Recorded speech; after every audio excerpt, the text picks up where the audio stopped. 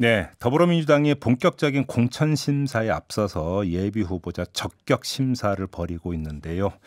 거의 막바지에 다다르고 있다고는 합니다만 몇몇 인사를 두고 지금 논란이 이어지고 있다고 합니다. 자, 그래서 이분을 연결을 해서 어떻게 진행이 되고 있는지 좀 얘기 들어보도록 하겠습니다.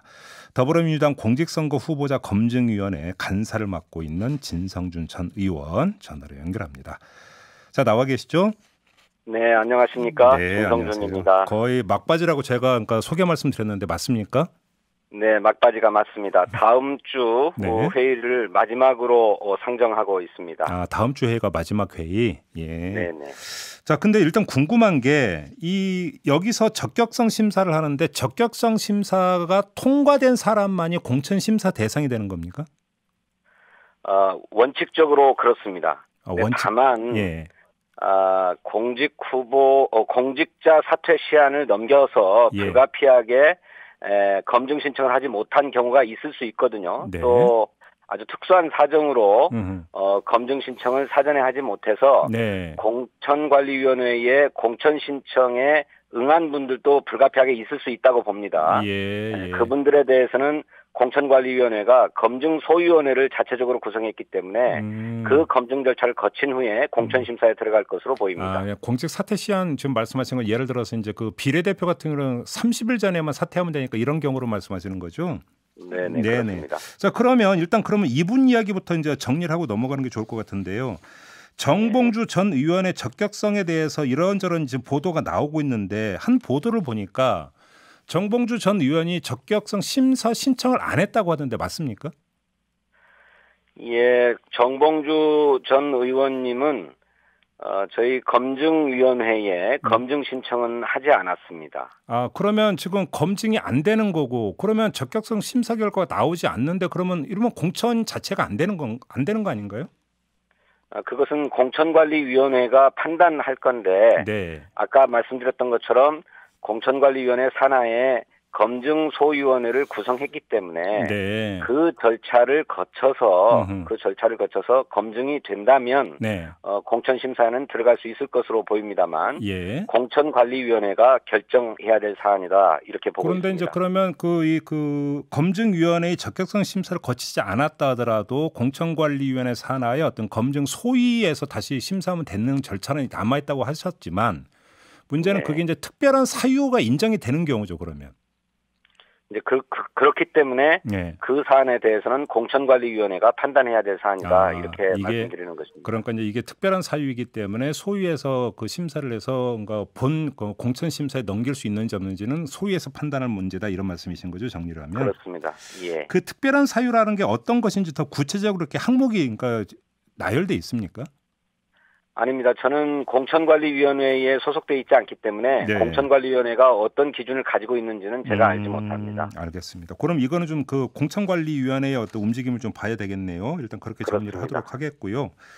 지금 이제 그 언론이 주목하고 있고 논란의 어떤 그 핵심 당사자로 떠오른 분이 바로 김의겸 전 청와대 대변인인데요. 일단 또 유보를 했죠. 적격성 판단에 대해서. 네, 그렇습니다. 김의겸 후보자의 경우에는 본인의 부동산 문제와 관련된 네. 소명을 요구했고 또 그 소명 여부가 적실한지에 대해서 현장조사 소위원회가 검토했습니다만 네. 아직 확인해야 될 사안이 추가로 발견되었기 때문에 네. 그 점을 확인하고 나서 판단하겠다는 것입니다. 혹시 추가로 확인해야 되는 사항이 뭔지를 혹시 밝혀줄 수 있습니까? 네, 구체적으로 말씀드릴 수는 없습니다. 이건 좀 약간 민감한 문제여서 말씀하시기 좀 그런가요? 네. 네. 아무튼 그러면 다음 주가 마지막 심사라고 했는데 여기서 그러니까 가부는 결정이 되는 건 맞습니까? 예, 일단 현장조사 소위원회가 추가로 확인해야 될 사안에 대해서 확인한 결과를 보고하면 그 보고 결과를 토대로 논의할 것입니다. 예. 저희 검증위원회에서는 다음 주 마지막 회의에서는 결론을 내겠다라고 하는 방침입니다만 그것은 결과적으로 조사 결과를 보고받아 봐야 또 논의를 해봐야 결론이 날 수 있을지의 여부를 판단할 수 있을 것 같습니다. 근데 지금 어제 어떤 보도가 많이 나왔냐면 당 지도부에서 불출마 권고를 했고 김의겸 전 대변인한테 그래서 본인이 어떤 그 자체적으로 결정을 해서 불출마 결정을 내리는 모양새를 만들기 위해서 지금 시간을 둬야 되고 그래서 지금 이 위원회에서 적격성 심사를 일단 유보한 것이다. 이런 식으로 좀 보도가 나오던데.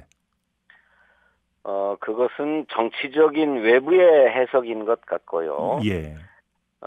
저희 검증위원회에서는 예. 그런 정치적인 고려보다는 네. 사안 자체를 끝까지 확인하겠다라고 하는 입장입니다. 그래요. 조금이라도 의혹이 남아서 예. 나중에 문제가 될 경우를 대비해서 예. 검증위원회가 아직 활동 시한이 남아있기 때문에 그 네. 기간 내에 충실하게 확인을 해서 적격 여부를 판단하겠다는 입장입니다. 그러면 간단하게 이렇게 좀 확인 질문을 드리겠습니다. 당 지도부에서 검증위원회 쪽에 지금 네. 본인의 결정을 좀 기다려 봐야 되니까 적격 여부를 좀 그 최종 결정을 유보해 달라는 요청이 있었습니까? 없었습니까? 없었습니다. 그런 요청은 전혀 없었습니까? 네, 그렇습니다. 그러면 지금 유보 결정은 전적으로 검증위원회 자체 결정에 따른 그런 결정이라고 네, 이해를 하면 되는 겁니까? 네, 그렇습니다. 어제 그 김의겸 전 대변인 지지자들이 이제 와서 시위라고 해야 될까요? 이런 그 일까지 있었는데 이게 뭐 영향을 미치는 것은 없는 겁니까? 그런데 영향을 받는다고 하면 객관적이고 또 공정한 네. 검증이라고 볼 수 없겠죠. 그래요. 근데 네. 이제 검증위원회 차원에서 이런 어떤 행위를 압박으로 그 받아들일 예정, 그러니까 압박으로 받아들인다라는 질문이 그래서 굴복한다는 뜻이 아니라 오히려 네. 그것이 마이너스로 작용할 가능성이 있는지를 여쭤보는 건데요. 그 점은 어떻게 그 말씀해 주실까요? 꼭 그렇지는 않습니다. 그건 아니고요. 김의겸 후보자를 사랑하고 아끼는 분들이 얼마든지 있을 수 있기 때문에 네. 그런 정치적 의사표시를 할 수도 있지요.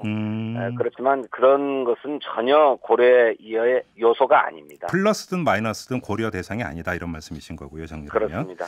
알겠습니다. 예. 자, 다음 문제로 넘어가겠습니다. 지금 그 황운하 전 울산지방경찰청장에 대해서는 적격 결정을 내렸어요. 그런데 네. 송병기 전 울산시 경제부시장에 대해서는 또 그 유보 결정을 내렸습니다. 일단 좀 판단 근거를 좀 그 말씀해 주시겠습니까?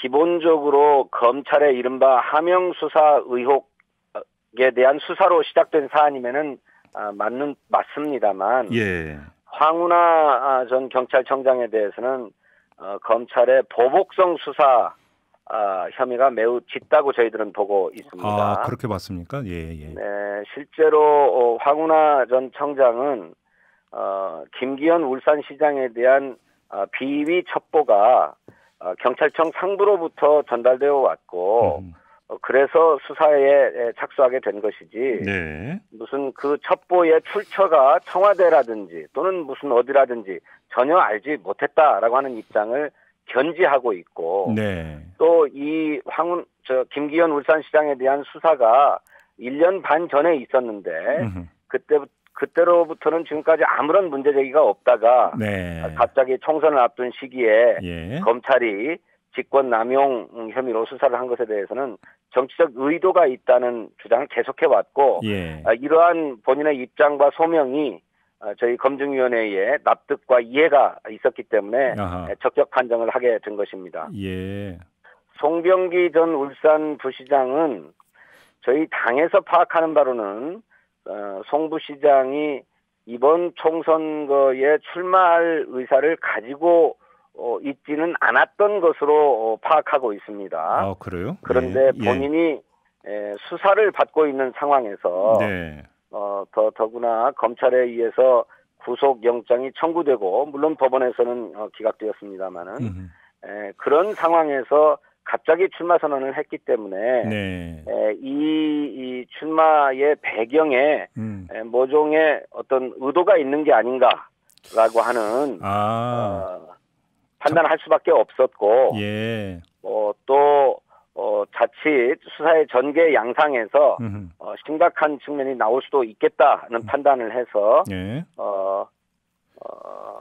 잠깐만요. 그렇게 결정하게 된 것입니다. 지금 그 말씀에서 이제 중요한 포인트가 하나가 나온 것 같은데요. 그러면 송병기 전 부시장에 대해서는 일단 지금 유보를 한 이유가 이 출마자로서 적격하냐 아니냐를 따지기 이전에 이분이 어떤 그 출마 이야기를 했던 거에 대한 어떤 진정성이라고 할까요? 강한 의지에 대해서 일단은 좀 당 차원에서 한번 검증이 더 필요하다 이렇게 판단했다는 말씀이신 거예요? 정말요? 그렇습니다. 그 부분에 대해서는 추가로 검증할 필요가 있다라고 판단했던 것입니다. 그래요?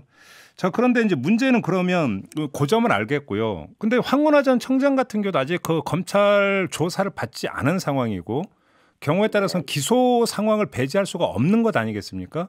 그럼에도 불구하고 그 적격 판단을 내리는 데에는 부담이 있을 수도 있었을 것 같은데요. 황운하 전 청장은 언제든 검찰 수사에 응하겠다는 입장을 일관되게 견지해 왔습니다. 네네. 실제로 본인의 일정 등을 감안해서 검찰과 소환에 응하는 시기를 조율하고 있는 것으로 저희들이 소명받았거든요. 네. 그래서 수사를 피하지 않고 있고 수사에 임해서 오히려 객관적인 실체적 진실을 드러내겠다라고 하는 입장이었기 때문에 그 점을 감안한 것입니다. 지금 뭐 일부 언론에서는 황운하 청장도 그 검찰의 출석 조사를 지금 그 피하고 있다 이런 식으로 보도했는데 그게 아니라는 말씀이신가요? 저희들이 알기로는 그렇지 않습니다. 그래요?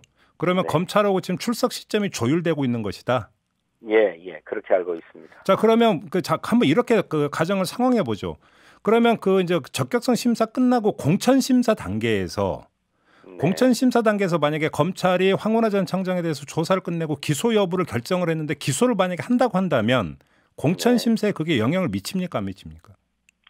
그거는 공천관리위원회가 판단해야 될 문제라고 생각합니다. 네. 아까도 말씀드렸던 것처럼 검증위원회가 우리 당의 이름으로 출마할 예비 후보의 적격성 여부를 심사하는 단위이지만 기본적으로 공천 심사에 응하고 또 그런 과정을 통해서 공천을 받기 위해서 뛸 수 있는 자격을 부여하는 것이거든요. 최종적으로 공천한다는 것이 아니라.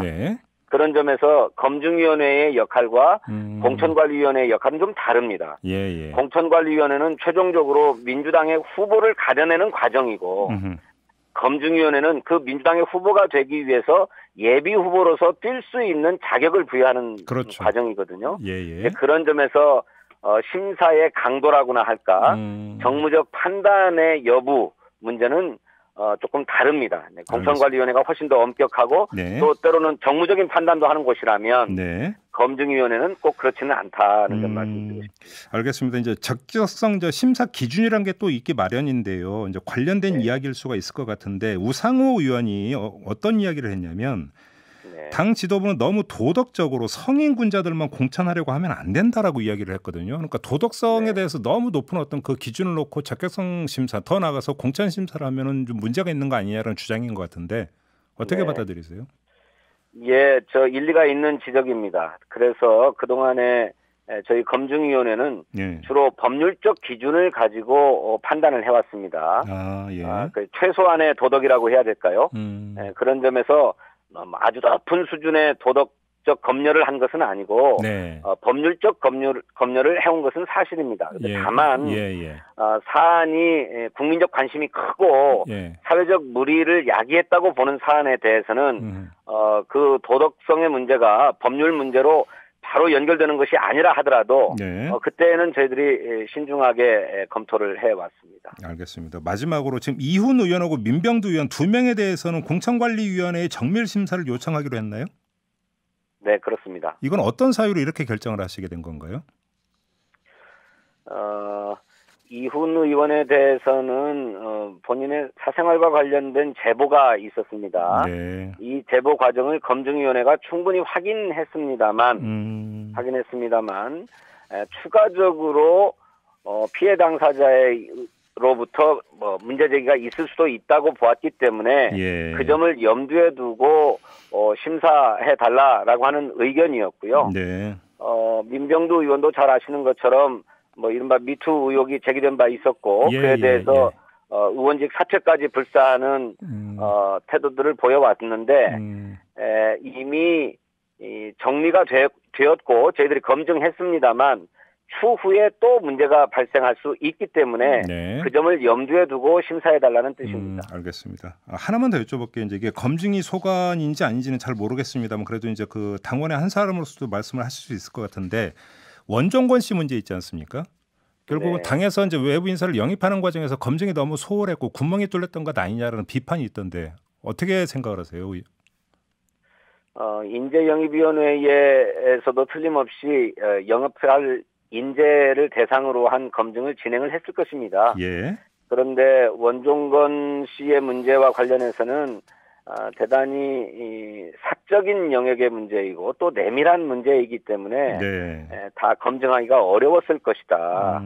아시는 것처럼 그 문제는 본인이 진술하지 않으면 알지 못할 문제이고 네. 또 원종건 씨가 영입 대상으로 노력되고 있다, 검토되고 있다라고 하는 사실을 바깥에 공개할 수 없기 때문에 무슨 제보가 들어온다든지 또는 네. 피해자로부터 그런 그 탄원이 들어온다든지 할 수가 없었기 때문에 네.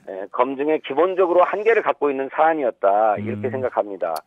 물론 향후에 보완해야 될 점들이 있다면 네. 더 그런 사적인 문제도 검증할 수 있는 장치를 마련할 수만 있다면 마련하도록 하겠다는 것이 당의 입장입니다. 알겠습니다. 자, 말씀 여기까지 드릴게요. 고맙습니다. 감사합니다. 네, 지금까지 더불어민주당 공직선거 후보자 검증위원회 간사를 맡고 있는 진성준 전 의원이었습니다. 이슈의 핵심을 꿰뚫는 예리한 시선, 믿고 듣는 진품 시사, 김종배 시선 집중.